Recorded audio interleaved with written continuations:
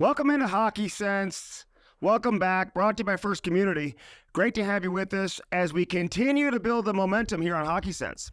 A fun show once again for you today. And to differentiate what this podcast is versus Cam and Strick, just so you understand. You know, Cam and Strick, Cam Jansen's usually sitting here. I'm there. And we BS for a long time before we bring on one of the biggest names in hockey. This is certainly NHL-centric. We kick things around the entire league. It's not just Blues. But considering we're here in St. Louis and I am a member of the Blues broadcast team, we are heavy St. Louis Blues. And we will be once again on this edition, and I hope you enjoy it. Mathieu Joseph is going to join us here in just a couple of minutes. Looking forward to this conversation because he is a guy who's going to make the team. He's got a spot on the team, most likely somewhere in your top 9. Could certainly get pushed down to a fourth-line role, but he's a guy that I see in the lineup when the season begins. He's making just under $3 million. He's played over 350 career NHL games. He's won a couple of Stanley Cups. He's been on teams with great players. He's been on bad teams. I mean, he's coming from Ottawa, and you think about going from Tampa Bay, where you're playing with some of these legendary names who are going to wind up being in the Hall of Fame, like Stamkos and Kucherov and Braden Point and Victor Hedman and Andre Vasilevsky, and the list goes on and on. And then you go to Ottawa, and you've got Brady Tkachuk and pretty much everybody else trying to figure out who they are as NHL players, although I like that Jake Sanderson a lot on defense. And I like Ottawa, man. I've always said this about Ottawa. For all you Ottawa fans that are tuning in, maybe because you want to hear from Mathieu Joseph, Ottawa has always been one of my favorite teams, really going, way back. I've always enjoyed watching Ottawa play. They've had, some good years where they obviously have gone to the Stanley Cup final. They went to the final in 2007, lost to Anaheim. They had some good teams with Erik Karlsson. But there's always been some St. Louis connection, too, with Chris Weidman playing there, with Brady Tkachuk being there. Tarasenko being there last year, now David Perron being in Ottawa. I'll be paying attention to the Ottawa Senators. I want to see Ottawa get to the postseason. I've said this forever, that the hockey fan is being deprived of seeing Brady Tkachuk play in the Stanley Cup playoffs, so hopefully we see that. I went out to the rink yesterday for the first time. First time since all the guys have kind of been in there. And listen, the rookie tournament starts tonight. They're putting the C on the chest of Zach Bolduc. And listen, I know some people were asking Steve Konowalchuk, who is the head coach of the American Hockey League, they're asking him about why they made that decision to put the C on Zachary Bolduc. But, this is not a decision that's made by him. This is a organizational decision. As Konowalchuk pointed out, this is truly something they think about, and it makes sense. It, I think, allows him to settle in and take some ownership of the team and to be excited about going out there and playing. Because let's face it, guys like Bolduc, maybe to a lesser extent Zach Dean, because Dean wasn't drafted here, but Bolduc obviously, and Dean at the same time, Dean looked really good on the ice yesterday. I expect him to have a good couple of games coming up this weekend. The Minnesota Wild are here. I was talking to Billy Guerin a little bit over text. He's bringing his team here. You're going to have the Chicago Blackhawks here. If you remember last year, the tournament was in Minnesota, and Connor Bedard played. His first ever game was against St. Louis, I think, right? And he scored a hat trick. Remember, everyone got all crazy? So you don't have Bedard participating in this year's event, but you've got Frank Nazar and some other top high-end prospects that are going to be representing the other teams outside of St. Louis. But for a guy like Bolduc, who obviously wants to make a push to make the team, and I like Bolduc, man, we haven't even seen what Bolduc is capable of being at the NHL level because he is a shooter. He's a guy who made a living in junior on the power play, certainly could score 5-on-5 as well, and dominated at that level. But he's a guy who can really shoot, specifically off the one-timer, has a great one-timer. And, last year, it's not like he was finding himself on the power play on the right side as a left-hand shot. Just bombs away with one tease. It just wasn't happening. So we really haven't seen his full complement of what he brings to the table from a skill standpoint and from an offensive standpoint. But we did see some of that creativity, his ability to finish. I mean, the goals that he scored last year were really nice goals. and he finishes really nicely. And so that's what he is. This guy can put the puck in the net. He can create offensively off the pass. He's skilled. So you got to find a way to get guys like Bolduc some confidence. I'd like to see him make the team. I really would. You want to start getting some of these guys in. We'll see where Dvorsky is at. Dvorsky obviously being a year behind from a professional standpoint than Bolduc. I don't see Dvorsky making the team out of camp. I do see him play some games this season, and once he gets an opportunity, who knows, maybe he never goes back down. And we all know this guy's going to be a really, really talented NHL player for a long time and a huge part of the Blues' future. But if you heard my conversation that Cam and I had with Doug Armstrong on the Cam and Strick podcast about a week or two ago, and he talked about even with Jake Neighbors, he felt like maybe he made the mistake of keeping him out of camp versus sending him down, then bringing him back up. I think it creates a little bit of a different mindset for a player when you keep them and then you send them down. I think that forces the player to accept the demotion a little bit differently versus telling a kid in training camp, hey, listen, you're one of the last cuts. You're so close. You're right there. And you could easily make the team right now, but we want you to go down and play some games, get some confidence, get on the power play big minutes, and then we're going to get you back up here.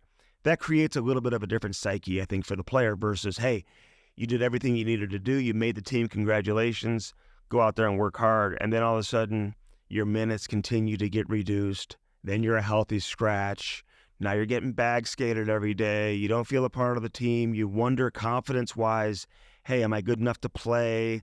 When will I get my confidence back? And then you get sent down. And now your confidence is really rocked. And in the case of Jake Neighbors, he did everything he needed to do when he got sent down a few years back. Went down there, played well, eventually came back up, and everything's been great ever since then. And we'll see if Neighbors can, elevate his offensive totals from what we saw a year ago, where he had 27 goals, obviously had a high shooting percentage, very good on the power play. So can he improve his 5-on-5 numbers? But the thing about Jake Neighbors from last year is that he showed the ability to score in so many different ways. And I said this over and over last year. You saw him score the net front goals, the deflections, the rebounds, the ability to get body position, the strength to get to loose pucks, to find loose pucks, the instincts to track and find loose pucks in front of the net and score a lot of goals right around the blue paint. But then he was scoring breakaway goals. He was scoring goals off the rush. He was scoring fast break goals in transition off of turnovers. He was breaking away from defenders and showing some speed that I think maybe a lot of people were wondering if he had.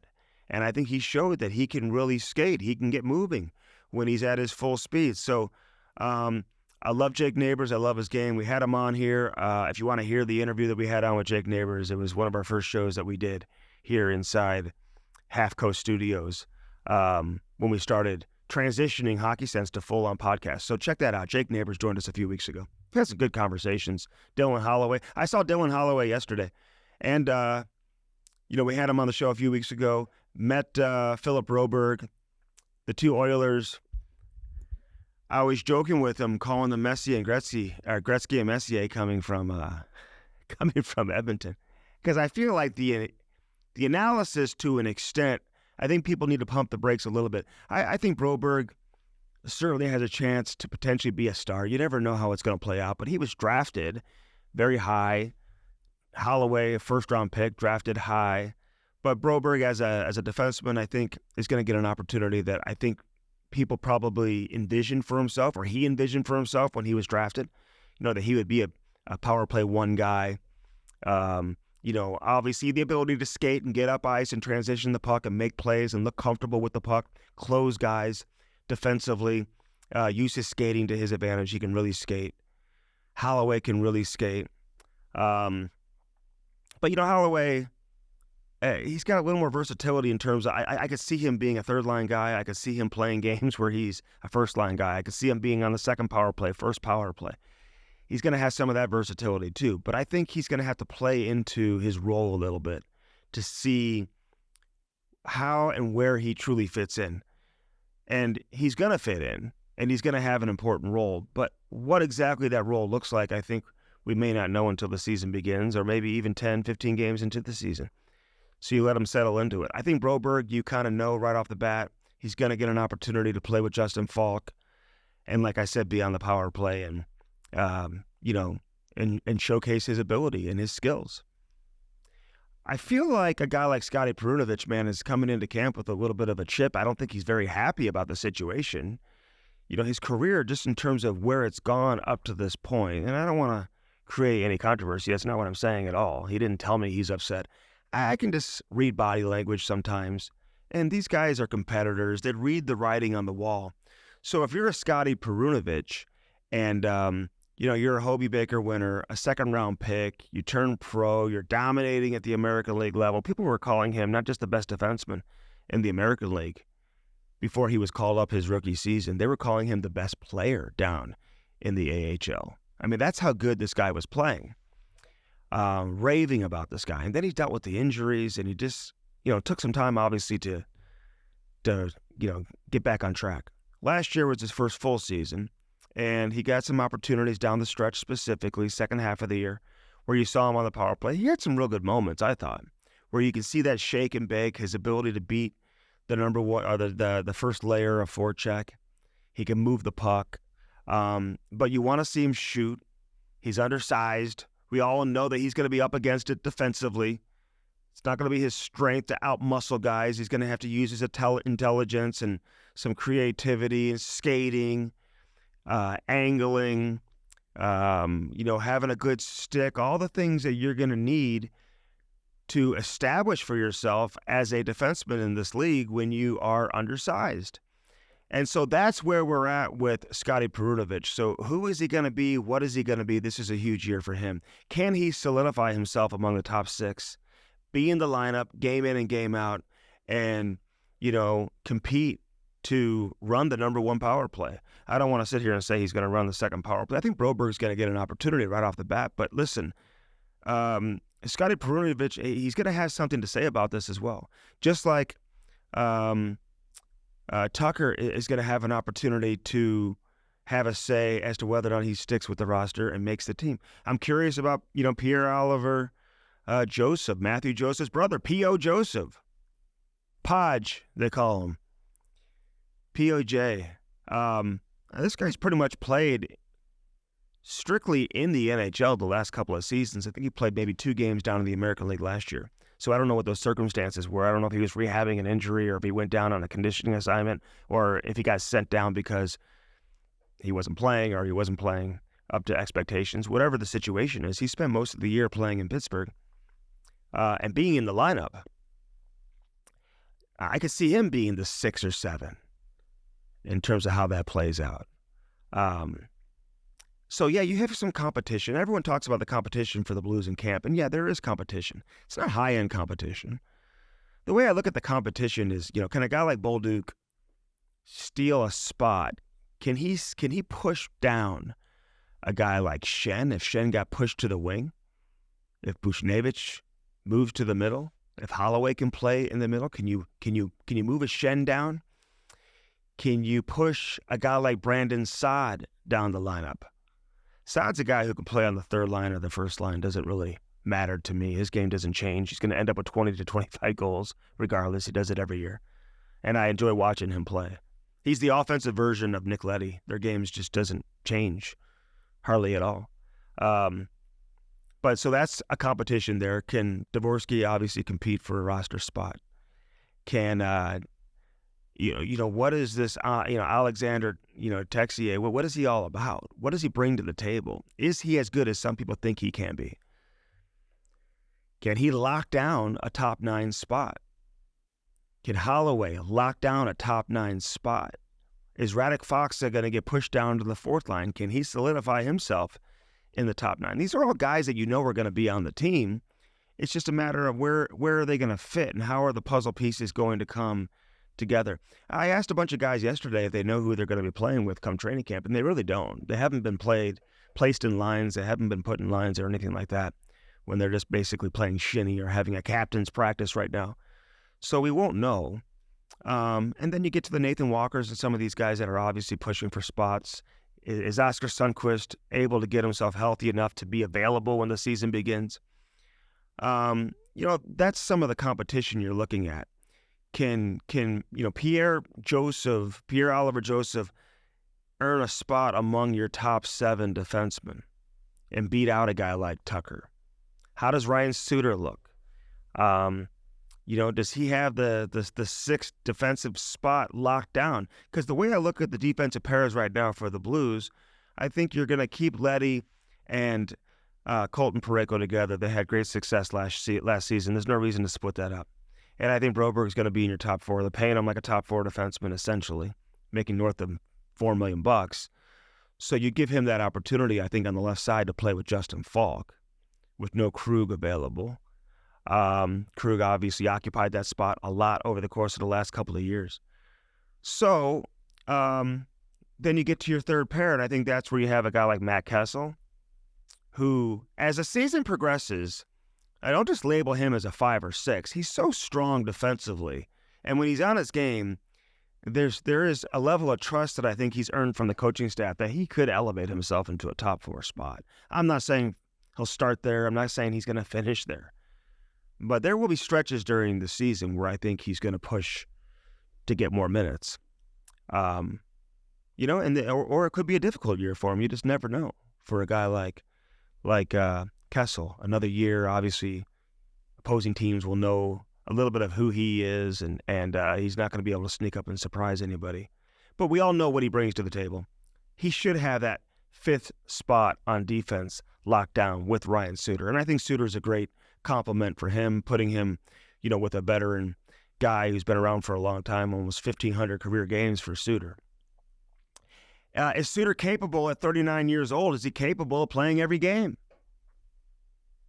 Those are questions that only he is going to be able to answer. I don't think the coaching staff knows. I don't think management truly knows. I think they have an idea. They know what they're getting. I'm not fully convinced that they sign or bring in Ryan Suter if they knew they were going to get Philip Broberg. I don't know if that was something that they felt like they would necessarily need, but they have him. He gives them great depth. And certainly another component and another player on the back end who can play and has a ton of experience. And that's only going to help the Blues as they try to get back into the Stanley Cup playoffs. So if I look at your top 6 forwards right now, and I'm going to throw Saad in for the sake of how it fits in right now with Thomas and Kyrou, along with Neighbors, Shen, Buchnevich. So again, that's where you get to Bolduc. I don't think he's looking to come in and steal a 4th-line spot. He's looking to secure a spot really among your top 9. I say top 6, but top 6 has kind of changed a little bit now to where it's really about your top 9. It's not necessarily about your top 6 as much as maybe it used to be. I think the role of a third-line player, I think the expectations of a third-line player maybe has changed compared to where it once was. I think now you're expected to be able to play in the offensive end, to be able to make plays when the puck's on your stick, to be able to play with good players, to contribute offensively. So not just be a third-line guy whose primary goal is to keep the puck out of the net and be sound defensively. I think you're expected to be able to play in both ends of the ice now. And that goes for your first and second-line players now, too. You can't be a liability defensively no matter where you are in the lineup. So, again, then you get to the Toropchenkos and these guys who obviously are going to be in the lineup, likely on the 4th line. Kapanen's another guy who they signed to $1 million. I would imagine he's got a spot on the 4th line. He's going to have to play his way off of that. But, he's pretty responsible. I know people expect more from him offensively. I'm one of those because he gets a ton of chances and he just cannot seem to finish at a consistent level and beat NHL goaltenders at the rate that he probably should when you look at his overall skating ability and his puck skills and the skills that he brings to the table. He should produce at a higher clip, but it's not always about production. And I don't think he's going to be in a position this season where the team is going to rely on him to produce offense. And any offense he's going to give this team is going to be considered a bonus. So I've got him kind of pegged in as a 4th-line guy with Toropchenko. If Sundqvist can come back, then obviously, he's centering your 4th line, unless Foxa gets pushed down to your 4th line. So listen, there's competition, don't get me wrong. It just may not be high-end competition, but there's a lot of bodies and there's only so many spots. So they got to get down to their 23. The preseason games are going to be more meaningful this year than maybe they have been in the past. Not to say that they haven't been important in the past, but you know what I'm getting at. Couple of notes around the league real quick. Luke Hughes from the New Jersey Devils. Did you see that he got hurt in a off-ice training incident? So he's going to miss like up to 2 months. This guy was a Calder Trophy finalist last season, so he's not going to be available for the Devils. So that hurts the Devils for sure. So you hope that he gets back and he's going to be able to be healthy and contribute and show what he can do, man. I was excited about watching him play in his second full season as a NHL D-man. Crosby, we talked about Crosby last week. We'll see how quickly they are to get an announcement on a contract extension. I feel like if he's re-signing with Pittsburgh, that announcement is going to come before the start of the season. We just had Jonathan Marchessault on the Chemistry podcast from the Vegas Golden Knights, and now he's signed with the Nashville Predators, so I guess he's from the Nashville Predators, but he spent the majority of his career and the most successful seasons of his career playing with the Vegas Golden Knights, where he became a star player, won a Conn Smythe Trophy, scored over 40 goals last season, and became truly a household name throughout the NHL. I love watching him play. And now he's at Nashville, but you can tell that there's a lot of emotion that still hasn't been compressed between he and the Vegas Golden Knights. You got Vegas commenting on his comments that he made on our podcast. There seems to be a different view in terms of how the negotiations went. He says he wanted a 4-year deal. Vegas said they offered a 4-year deal. Well, whenever a team says, well, we did offer a 4-year deal, maybe they did throw a 4-year concept on the table, but it was for far less money. Regardless, the Marchessault camp didn't view it as a real, legitimate 4-year offer, at least in his view, based on what he told us. He says he wasn't even given a 4-year offer. So, listen, I'm just looking forward to the season beginning. I think once he gets on the ice with his new teammates, having the fresh faces that are there, with Stamkos coming there from Tampa Bay, I think he'll be able to settle in and realize, you know what, hey, life is good in Nashville too. Nash Vegas. Instead of Las Vegas, he goes to Nash Vegas. Nashville's going to be good though, man. With Stamkos there and O'Reilly obviously coming in last year. With all the other pieces they've had, I'm looking forward to seeing just how good they are and how quickly they can come together. Nashville, pay attention to Nashville. All right, let's take care of some business, and then we'll get out of here and bring in Mathieu Joseph, who's going to join me here in just a couple of minutes. Hockey Sense, brought to you by First Community. They've got all these different loans, man. I talk about these back-to-school loans, the home loans, the great options they have for first-time home buyers. Call First Community, ask some questions, and ask about all these different loans that I'm going to tell you about. And find a way to make your money work for you. And find a way to save money. First-time home buyers, though, man. They've got these loans with no down payments. They offer the affordable alternative 5-year adjustable rate mortgage with a lower rate and a 30-year term to keep your payment more affordable. But they've got no down payment, no closing costs, and no PMI, the private mortgage insurance. So check that out. If you're a first-time home buyer, First Community, baby. Nobody does it better than First Community. The back-to-school auto loans. Are you kidding me? Like, most places have different rates for a new car versus a used car, and not a First Community. It's all the same. So whether you're buying a new car or a used car, get it from First Community. They've got that 60-month rate for under 6%. You're not going to find that anywhere else than First Community. So check that out. Always involved in youth hockey. Nobody supports youth hockey more than First Community. So if you're looking to get your son or daughter involved, sign up for that Little Blues program and do that today. They also sponsor the Blues Hall of Fame. I'm on the Blues Hall of Fame committee.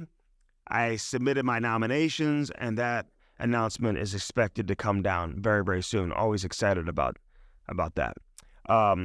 So First Community, firstcommunity.com. Four Hands Brewing Company, baby. We love Four Hands Brewing Company. That Cam and Strick Mango Lemonade Hard Seltzer back on the shelves September 24th, so check that out. Back for another season.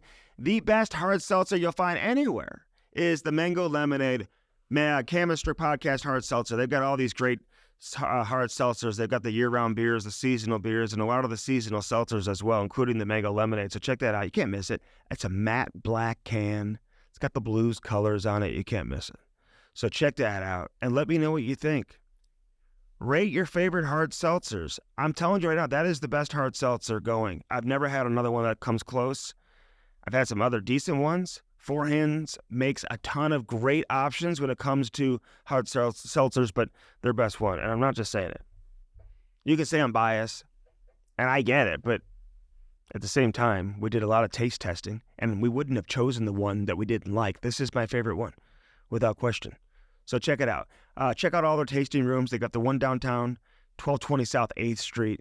They've got the beautiful tasting room in Chesterfield. They've got the incredible tasting room in Kirkwood now as well. Live music.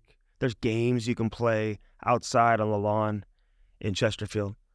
Food from Peacemaker in Kirkwood. Food from Peacemaker downtown. Food from High Point at the Chesterfield location. They got everybody taken care of. So do that today. Dirt Cheap Fun Fun, your one-stop party shop, baby. The Wallace family.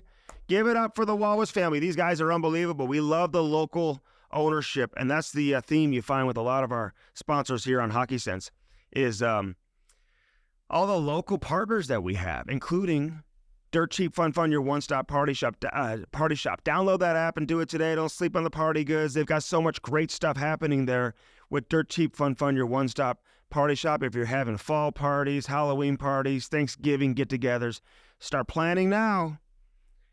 Get all your beer, wine, and booze from there, including all the great Four Hands Brewing Company products. You can get all of those from any Dirt Cheap Fun Fun location. But they've got cigars, they've got that walk-in beer cooler, but all the party supplies, the paper goods, the decorations, you can find all of that, man. You'll be surprised. It's incredible. Download that app and get the great specials they have. They've got tons and tons of deals on their app. 314 Sports Cards. Does anybody do it better than Devin Sant? He is the absolute best in the business. 9640 Olive Boulevard. They've got the best selection of hockey cards you'll find anywhere. And I've had some big dog card collectors, people who are into like baseball cards and football and MMA and MLS, soccer, PGA. They collect everything. But they're always like, man, nobody has better selection of hockey cards than 314 Sports Cards. And they'll say, hey, have you taken your kid to 314 Sports Cards? I'm like, have I? Yeah, of course I have. Devin's my man. Can't join us this week, but he'll be back with us next week. Devin Sant, 314 Sports Cards. These guys are the absolute best. They had Trent Frederick in there recently. I mentioned all these new Blues players. They'll have those cards. They got all the individual cards too, which is what I love. Sometimes you go to like a hockey shop or whatever, you're required to spend all the money on these boxes, and it's not always cheap to do that. But sometimes you just want a pack of cards for your kids. That's what we used to do when we were kids. You get a pack of cards. You don't have to buy a whole box. You go there, you can buy a pack, and they've got the individual cards too. So if you're looking for a specific player, they can track that down for you. Devin and his incredible staff, they're the best in the business. So check that out and do it today. 314 Sports Cards. And of course, Lordo's Diamonds. Get that special someone something special. Do it today. Best selection of engagement rings. You won't find anyone who does it better than Mike and Jimmy Lordo. They've been around for almost 70 years, if you can believe that. So stop on in, right in the heart of Ladue, 314-432-8008. Tell them I sent you. Nobody does it better than Lordo's Diamonds. Lordo'sDiamonds.com, baby. Let's step aside. We'll come back. Mathieu Joseph, the newest member of the St. Louis Blues, along with some others. His brother, POJ, is also here. They got a bunch of guys that have come in, but this guy has won 2 Stanley Cups with Tampa Bay. Really, really successful junior hockey career playing in the Quebec League. 4th-round pick at Tampa Bay. He's coming from Ottawa. He's confident. He's going to have a role on the team. We're going to have a fun conversation with him coming up next. Don't go anywhere. All right, back here in Hockey Sense. Great to have you with us as always. Hockey is in the air. Being at the rink the last couple of days, we actually have the rookie tournament starting today. Mathieu Joseph about to join us. First thing off, Mathieu, because it wasn't that long ago where you're coming into the league, you're a prospect. I saw how hard those guys were skating today, by the way. And I see what you guys were doing. And not that you weren't skating hard, but it was a little bit of a different pace what they were going through with like 6 coaches on the ice, putting them through a pretty hard practice. Are you ready to get going? And what are you thinking when you see those young kids skating as hard as they were today? Yeah, I mean, camp is hard for everybody. Obviously, after doing it a couple years, you kind of know what to expect now. But I remember my first couple of rookie camps and the def camps, and you had to be ready because it was demanding physically and mentally as well. I mean, after a couple of days, your hips, some part of your groin sometimes hurts a little bit. Little bumps here and there after skating this hard, but it's the new NHL, and every camp is hard, and but yeah, I definitely saw these guys were working hard today. It's good that they had a good day. All right, so I do a podcast with Cam Jansen too. We've got guys that come on all the time, and they're always talking about, some guys who played for like John Tortorella, talking about how hard that training camp is. Like, who's the coach that you've had throughout the course of your career that put you through the grind, Matthew? That had the toughest training camp? Yeah, well, I gotta say, my last couple of years in Ottawa and Tampa were really hard camps. But I gotta say, I think my Syracuse first year in the AHL with Ben Grew was all year really. He was a demanding coach, and but he made me better. And you either had to accept the challenge of having a hard camp or hard practice, or you just folded. And hopefully, clearly I tried to see that positively. Always, not every day I wanted to practice this hard, even if you want to get better every day, but sometimes it's tough mentally playing so much and practicing so much. So I gotta say that my hardest camp was definitely the Syracuse one, probably. You're coming to St. Louis, a first training camp as a Blue. You get traded here from Ottawa. Does it feel like, not like you're a rookie because you played almost 400 games in the league, but still it's new, right? I mean, I don't know how many of the guys that you know here. I'm sure you know a number of them just because you've been in the league for so long, but still, does it feel a little bit different being in unfamiliar territory? Yeah, crazy enough. Actually, you said knew a couple guys, but maybe I met one or two guys before, and that's including my brother. So, obviously, it's a transition to come to a new team. Met the guys the last couple of weeks, so obviously some new guys as well. So we're kind of all in the same boat, and but no, the guys have been great so far. Everyone has welcomed me so well, and from the training staff, from the equipment guys to the players in the team and the coaches as well. So. No, it's a big transition for sure. And, I like the vibe around the room also. We're young guys. We're all very similar age, a couple of really good veteran as well, and young guys. So, no, it's exciting for sure for me. Yeah, I was talking to Radek Foxit today. He doesn't know anybody either except Ryan Suter, basically, who he just played with in Dallas. Listen, you've seen it all, man, already. At a young age, you've been at the very top. You've played with legendary players in Tampa, and you've been in a situation in Ottawa where the team obviously has missed the playoffs. So you understand, but does the mindset change? And what's the impression you've gotten from St. Louis so far, even though training camp hasn't even started?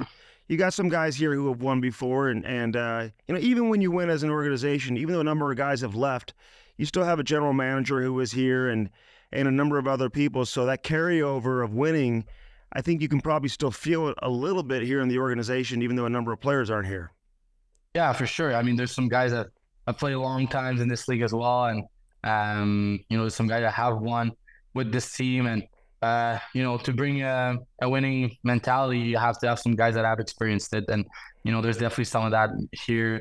Obviously, last couple of years being in different organizations, definitely different. It's definitely different. But you know what? Like I said, I think we have a good young core with a mix of some veteran that, like I said, have experienced some hard playoff series and some winning as well. So I think when you bring all this experience together and the speed of our game this year, I think we're going to be an extremely fast team, and that's going to be exciting for sure.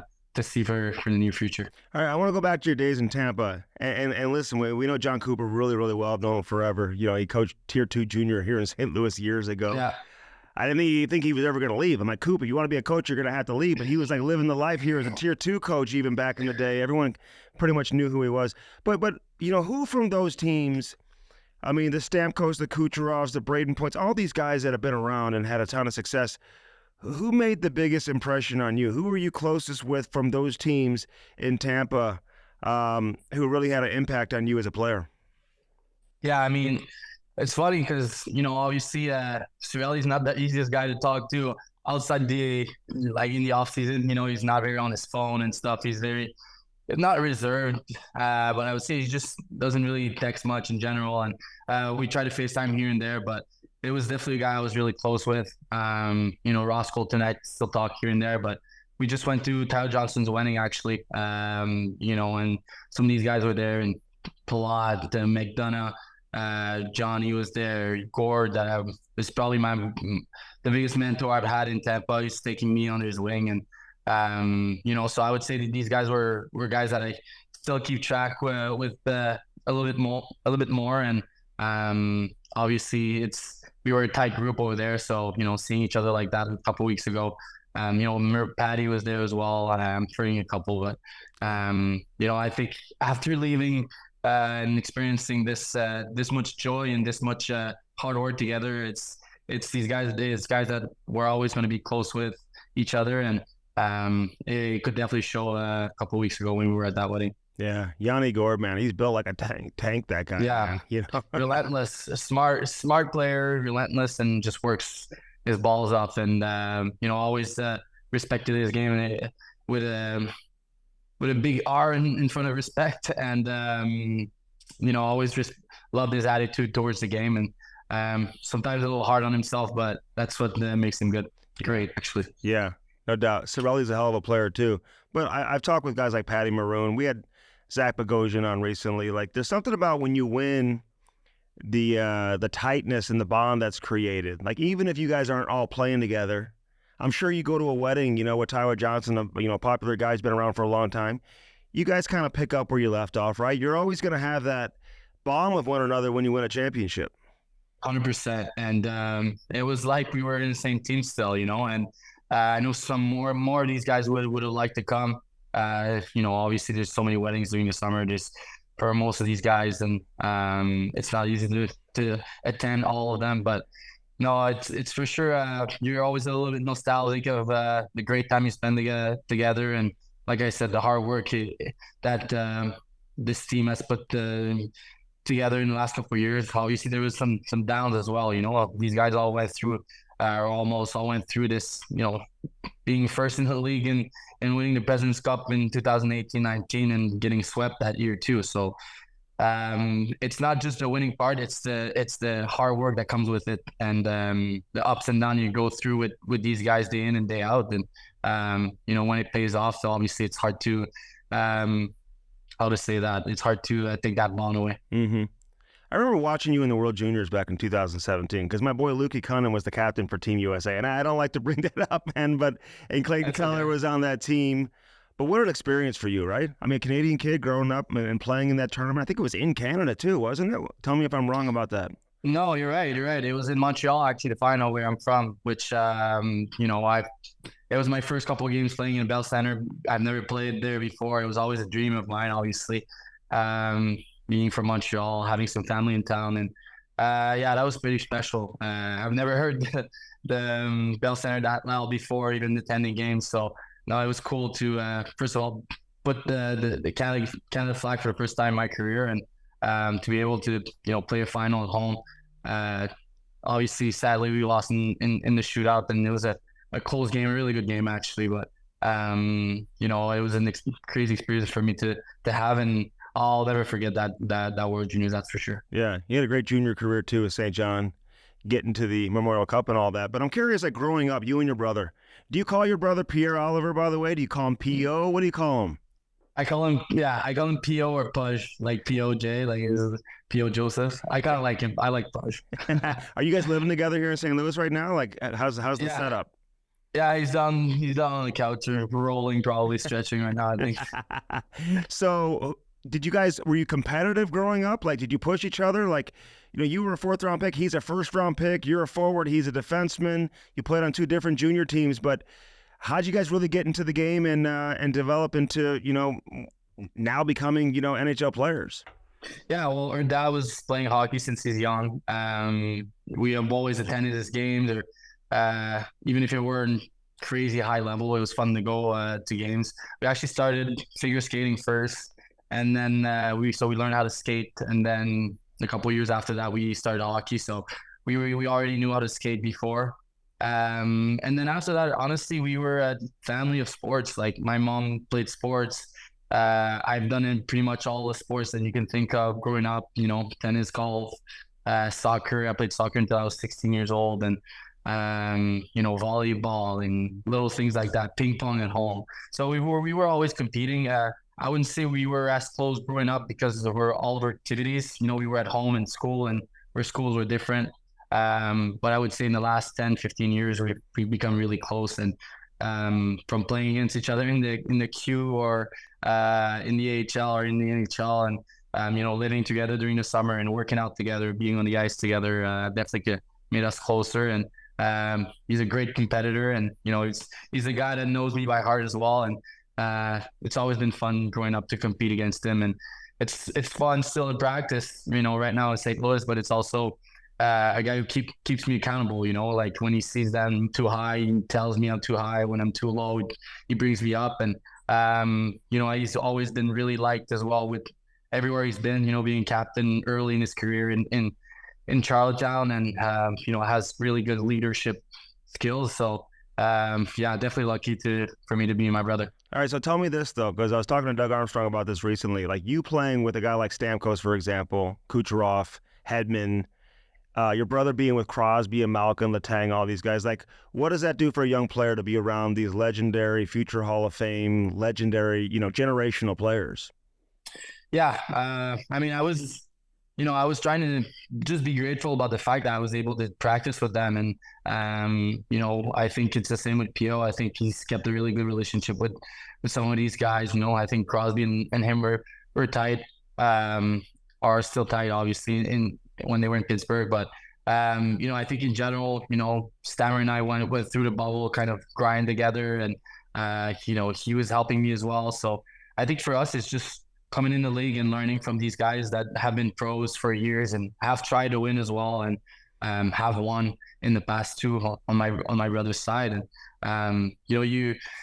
the NHL is hard because it's a fast-paced game and everything, but it's also a league of reps. You got to get used to not just the pace of the game, but every little details of the game that have changed from levels to levels, and these guys have mastered it. So you can learn so much from them outside the rink, their preparation, and you can learn so much on how they show up to the rink and play or practice. So that definitely for sure is going to definitely help me, in my young career, and definitely will help me in the future as well on playing with other great players. Yeah, no doubt. Matthew, the bubble. Oh my God! Like, listen, the Blues, when they went to the bubble, because they had won the Stanley Cup before that, and they were on fire, man. Like leading up to the pause, I mean, they were leading the Western Conference, I think, in points, and primed to really make another run at it and potentially repeat as Stanley Cup champions. And I don't think they were all in when they got to the bubble, I mean, they were a quick exit. They got out of there. You guys stayed through the duration and ended up winning the Stanley Cup. Like, how was that experience for you of just living in the bubble and being there as long as you did, as you were? Yeah. I mean, for me personally, it wasn't necessarily the easiest part. I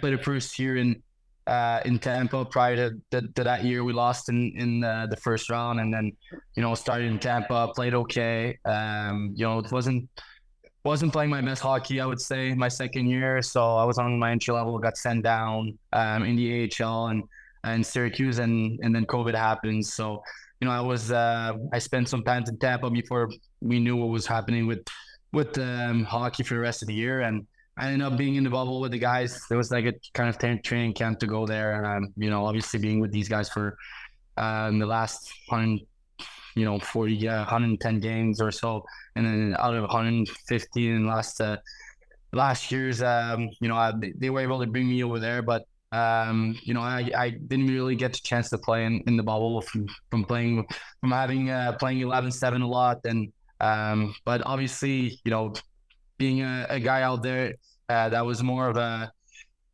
I was helping the guys in general of being, a leader off the ice, in the sense that, it wasn't even always easy to be so far away from your family all the time. And you could tell these guys were missing home. And Me not having to sleep family beside my brother and my family, it was maybe a little easier in a sense. But it was definitely an experience that made me a better player by practicing so much and show me how to win as well. And lucky enough, the year after I got to play in the playoffs, but definitely a learning experience for me in the bubble and definitely a grind as well. All right, so listen, I forget what number you wore in Tampa. You were 21 in Ottawa. You weren't 71. I was 7. 7. Oh, that's right. Okay.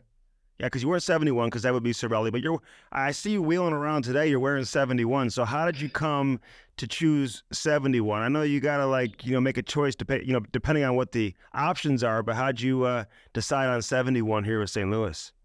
Well, growing up, we were family's number. My dad always wore 7 since he's super young. In anything he takes, all the jersey that he's had at home, all 7. So, in Tampa, I had the opportunity to have it. In Ottawa, Brady Tkachuk had it. So I went to my junior number, and I had the opportunity to have a 7 in my numbers this year. And my brother as well, he's taken 77, and for me, it was kind of a mix of my last 2 numbers, and that's how I saw it. And I put this 7 in there and mix of 21 in there too. So I think, obviously having one of my best friends in hockey as well in Cirelli, wearing 71, I think it was a little shout out to him as well. So, I like 71, and it's a little bit of a skill guy number. I'm more of a grinding guy, but no, hopefully it'll do me well. I like it though, man. It looks good on you. Brady Tkachuk, what kind of captain was he? A young guy, but obviously just an absolute monster. Yeah, he's a beast. Works extremely hard, and definitely a leader on the ice in the sense that he hits hard. He scored big goal for us, and vocal up there. So no, it was fun to be part of his team in the last couple years. I'm sure he's just going to grow better and even mature even more as a player, as much as he perform in the NHL. He's still super young, and having a captain like that in a city like Ottawa, where they love their team and they have a passionate fan base, and it's not easy. So hopefully he does well. And it was fun. Like I said, it was fun to be part of it for sure in the last couple of years with him. I remember asking him for a scouting report on you when the trade was made, because he said you're a guy that can play with anybody. Like, you can play up the lineup, you can play down the lineup. Like, give me a scouting report on you. Like, what do you bring to the table? I know. Listen, you can be a physical guy. You're not afraid to drop the gloves if you have to. Like, you get involved from that standpoint. You can score some goals. You can chip in offensively. But how do you view yourself as a player, and how do you see yourself fitting in here?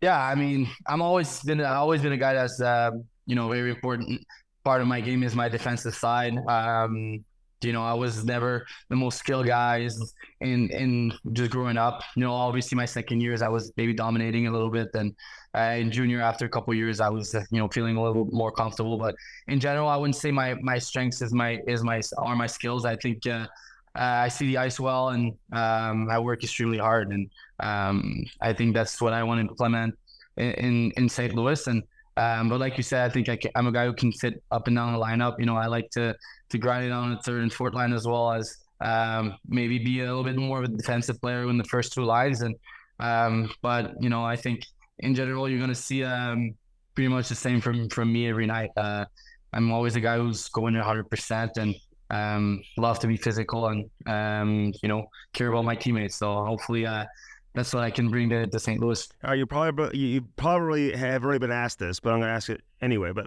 how did it work out for your brother to sign here after you were traded here? Were you a big part of that? Were you pushing him to come here, or did it just kind of play out like that? No, it was I would say it was a little bit of a big coincidence, in a sense that there was some rumor of me being traded last year before season started, and then there was some rumor for me after the 1st of July that I was maybe getting traded as well. So on July 2nd, I got a call from my GM in Ottawa, and he told me I was getting traded to St. Louis, and my brother was actually sitting right beside me on the couch, and He's been talking to a few teams after being a UFA for Pittsburgh. So I think, there was a couple of teams involved, and St. Louis was one of them. So it kind of worked out in a sense that, I got traded to St. Louis, and he thought about it after he had some options, and he ended up picking St. Louis, and I think it's going to be a good fit for him. All right, it was a great clip with your parents. I know you've been asked about this a million times as well, but who high sticked who in that game? He did. The eye sticked me, and he hit himself with his own stick. That's what happened. So, I mean, and it was a viral clip with your parents in the stands, but a great family moment, right? I mean, your parents had to absolutely eat that up. Well, yeah, for sure. I mean, we've had penalties against each other at all levels, which is kind of funny. In the Q in St. John or in Charlottetown, and in the AHL as well, and at the NHL level. So that's pretty funny. But it was cool that my parents were obviously there for that, and it's we like I said, we're a competitor, and we like to compete on anything, and when we play against each other, it was the same thing. It was competing for a team, and but we always compete a little harder against each other, probably. All right, I'm gonna let you go here in a minute, but like growing up in Montreal, huge Montreal Canadian fan. Like, was that your team growing up? Yeah, of course. I would say them and the Kings back in the days. I loved them in 2000. I think it's 2012 when they won the cup, and they were 8th, I think, in their divisions, and ended up winning it all. And I don't know. I just loved the way they were playing. Yeah, they knocked out St. Louis during one of their runs, man. They had some great run-ins, and those teams were really, really good. Are you a poutine? But definitely Montreal, yeah. Yeah. Are you a poutine fan? You like poutine? I've had it a couple of times. To be honest with you, I was in Vancouver this past summer, and it was better in Vancouver than it was in Montreal. Yeah. Okay. Sure. Honestly, sure. Hey, you want to know the mistake I made in Montreal? I got it from a food truck, like off the street. I thought it would be like authentic, No. Honestly, my mistake. Honestly, but it's funny you asked that because we have a day with the cup. I brought mine at home in my hometown back home in August after we won my second year, and that's what I ended up eating out of it. It was poutine. So I've always been a massive poutine fan, and everyone's known that about me, but I could tell you for sure that the Montreal poutine is better than the Vancouver one. Okay, all right. No, I trust you on that. And listen, I work on the TV side, so I see a feature coming this year. So maybe we're gonna go on a hunt, man. We're gonna find the best poutine here in St. Louis to see if we can find any, and we'll give it a try and see if it's good, man. See if it's authentic, or maybe you can make it. Bernie Federico, who works on our television side, Hall of Famer player, great player back in the day. He loves his poutine, man. And there's a chef here at the Enterprise Center who will sometimes make him his own personal poutine and bring it to the studio. So you'll have to try that too and tell me if it's authentic or not as well. I would love to. I would love to. I'll never say no to poutine. Listen, man, all the best. Have a great camp. Have a great preseason. All the best to your brother too. Give me the scouting report on your brother. What are the Blues getting in him? Yeah, lengthy defenseman, good skater, smart. I think he has an excellent IQ, good first pass D, and when he has confidence, he's fun to watch. Honestly, he's a guy who jumps in the rush, breaks up play, has a very good stick, plays on both sides of the eye of the puck well, and he's worked on his physics in the sense that the last couple of years he's worked extremely hard in the gym. He's not a guy who gains weight easily. So was I growing up. So I think his physical level has come up a lot. And I think he's still a young guy in the league, but he's definitely smart enough to play in it. So I think his skills gonna take away. But like me, we're two massive competitors that just loves to compete every night. Yeah. Anybody you're looking forward to seeing here in St. Louis that like maybe you have just noticed the last couple of days who you didn't know much about, but they've caught your attention? Be like, damn, this guy's better than I thought he was. It's funny because I've talked about this prior to today, and I've been on the ice with the guys the last couple of days, and it's been fun to. I've always really struggled playing against Nick Leddy, and it's been fun to watch him practice. He's a guy that reminds me a lot of McDonough in a sense that they're a very, very good skater. elite athletes on the ice. And I knew that, playing against him, it was hard, but I didn't know how good he was. And I think, so far I've really enjoyed practicing with him. And it's fun to have guys like that not just are a veteran, but that plays the game the right way and that are excellent skaters for these. Yeah, great skater, man. So smooth. Hey, he's like hardly even trying when you watch him play. Like, it looks like he's not even trying, So it's crazy. It's crazy. Yeah. All right, good stuff, man. Enjoy St. Louis. I hope you've gotten out and been able to check out some of the spots. I know it's tough, and you'll certainly do that as the season goes along. So great to have you here in St. Louis, man. The fans will be excited about you and your brother, man. So have a great camp, have a great preseason, like I said, and we'll see you at the rink. Thank you so much. All right, buddy. Take care. Me. Yeah, you got it, man. Take care. Blue Note Roofing, baby. You see it on the screen. That brings us the interview from Mathieu Joseph. Nobody does roofing like Blue Note Roofing. And not just because they say, hey, Blue Note Roofing. Listen, Dave Novak, man, give him a call today, 314-920-5713. 314-920-5713. Blue Note Roofing. Ask for Dave Novak, man. Gutters, siding, soffit, fascia, roofing, whatever it is you're looking to do. And people get hail damage and all that stuff that's taking place throughout the course of the summer. Get it looked at. Get that free estimate. He'll take care of you, man. He'll talk pucks with you. Look for his yellow truck driving around town with that Blue Note all over it. You can't miss it. 314-920-5713. 314-920-5713. Blue Note Roofing brings us our interview each and every week here on Hockey Sense, brought to you by First Community. I told you about First Community in the opening segment. Listen, get in there, ask about all their great loans, the home loans, the auto loans, the back-to-school loans, the great options for first-time home buyers. And if you're looking to get your son or daughter into hockey, Little Blues is the greatest program that exists for youth hockey. It's how my son started.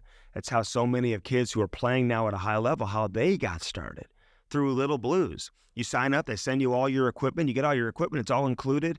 You get like 6 ice times, very affordable price, great coaching, and it's essentially a learn to skate and a learn to play program all wrapped into one. Ages 4 through 9. You got a son or daughter age 4 through 9, get them hooked up into Little Blues and do it today. I want to give a shout out to everybody with the Columbus Blue Jackets, man. This past week, it could not have been easy for all of Johnny Gaudreau and Matthew Gaudreau's family and friends and former teammates. Some incredible heartfelt eulogies from the wives of both Matthew and John Gaudreau. Yeah, if you notice, all of Johnny Gaudreau, and we all know him as Johnny Hockey, affectionately known as Johnny Hockey, and we all call him Johnny Gaudreau. But all his close friends and all his family, they all call him John. He was John to them, and there's something to be said for that. And I really respect that when I hear his close friends call him John. I got to know Kevin Hayes pretty well this past year. We had him on the podcast. Obviously, he played in St. Louis last season. He's been through an awful lot personally, but I know how important Gaudreau meant to him. We talked a lot about his relationship with Johnny Gaudreau when we had him on the podcast. I talked to him a lot about Gaudreau throughout the course of the year. From Meredith Gaudreau, the widow of John, to acknowledge Kevin in her eulogy really says something about their relationship. And I'm thinking about Kevin Hayes as well as the entire Gaudreau family. Of course, Guy Gaudreau, Jane Gaudreau, the parents of Johnny and Matthew, the sisters, everybody, John Davidson on down with the Columbus Blue Jackets. We are thinking about all of you. We really are. That was tough. We came on and did Hockey Sense a few weeks back, just within an hour or two after the official announcement was made, prior to people throwing it out on social media and all that. But when the official announcement came down from the team, we had to come on and do this show very, very quickly right after. And that was not easy. And I just hope they can rest in peace, and I hope the family can find some peace as they continue to grieve. It's not going to be easy with hockey season right around the corner. I mean, this is all they know, really, in terms of John. This time of year, he's headed off to go prepare to play, whether that was in junior or college or as a professional player in the NHL. So think about the Goudreaus and keep them in your thoughts. And think about Meredith. And she announced at the funeral in her eulogy that she is carrying her and John's third baby. So we'll be thinking about Meredith throughout the course of her pregnancy, and we wish them nothing but the best. We really do. Can't wait for hockey season. It can't get here soon enough. I'm looking forward to the rookie tournament. Tonight, if you're hearing this when the show gets released on all the podcast platforms, you'll be able to watch the Blues play Chicago at 7 p.m. on Friday night. Then they'll play Minnesota at 3 p.m. on Sunday. So no Blues game on Saturday, but the Wild and the Blackhawks will play at 6 p.m. on Saturday, all at Centene Community Ice Center. So check that out. Get out there, and this is only going to be here, I think, once every 3 years or so. So it's great to have it in St. Louis, and can't wait to watch these games. I'm going to be out at Belle Rive Country Club tonight for the Blues Soiree. I'll be emceeing that alongside Blues play-by-play announcer John Kelly, so I'm looking forward to it. Hopefully I see some of you out there. If any of you are going to be out at Belle Rive Country Club tonight for the event, please come by and say hello. And I like hearing from the fans. Anybody who has any suggestions, people you want to hear from, if you want to be a part of the show, if you have any feedback on the show, since we've taken it to the podcast platform, which has been fantastic, by the way. I should have done this a long time ago here at Half Coast Studios. It's been a game changer. Obviously, it's been a game changer for the Cam and Strick podcast, but certainly for Hockey Sense as well. And having Maddie and Aiden and Alex and everybody help us out, Jason behind the scenes as well, has been absolutely incredible. So we couldn't get this done without them as well. So that's huge. But again, First Community brings us Hockey Sense, Blue Note Roofing, 314 Sports Cards, Lordo Diamonds, Four Hands Brewing Company, Dirt Cheap Fun, your one-stop party shop, all our great sponsors, Frida's in St. Louis. I think Frida's, by the way, is opening up a new location in Kirkwood, too, so check that out. They have the one down in Benton Park. Now they've got the new one in Kirkwood. So Frida's, man, incredible. Well, actually, that's station number 3. Frida's is in University City off North and South, but they also own station number 3. So station number 3 is down in Benton Park and now in Kirkwood. Same ownership, a lot of the same food, great food. Natasha Kwan is the chef, and she just got named, I think, best chef in St. Louis by St. Louis Magazine. So anyway, so congratulations to Natasha and everybody else affiliated with station number 3 and Frida's. I'm Andy Strickland, reminding you to keep your head up and your stick on the ice. Hope you enjoyed this edition of Hockey Sense. We'll do it again next Friday. Gets released on all podcast platforms every Friday. So thanks to everybody involved with this show, and I hope you enjoyed the conversation with Mathieu Joseph. We'll do it again next week, everybody. Have a great weekend.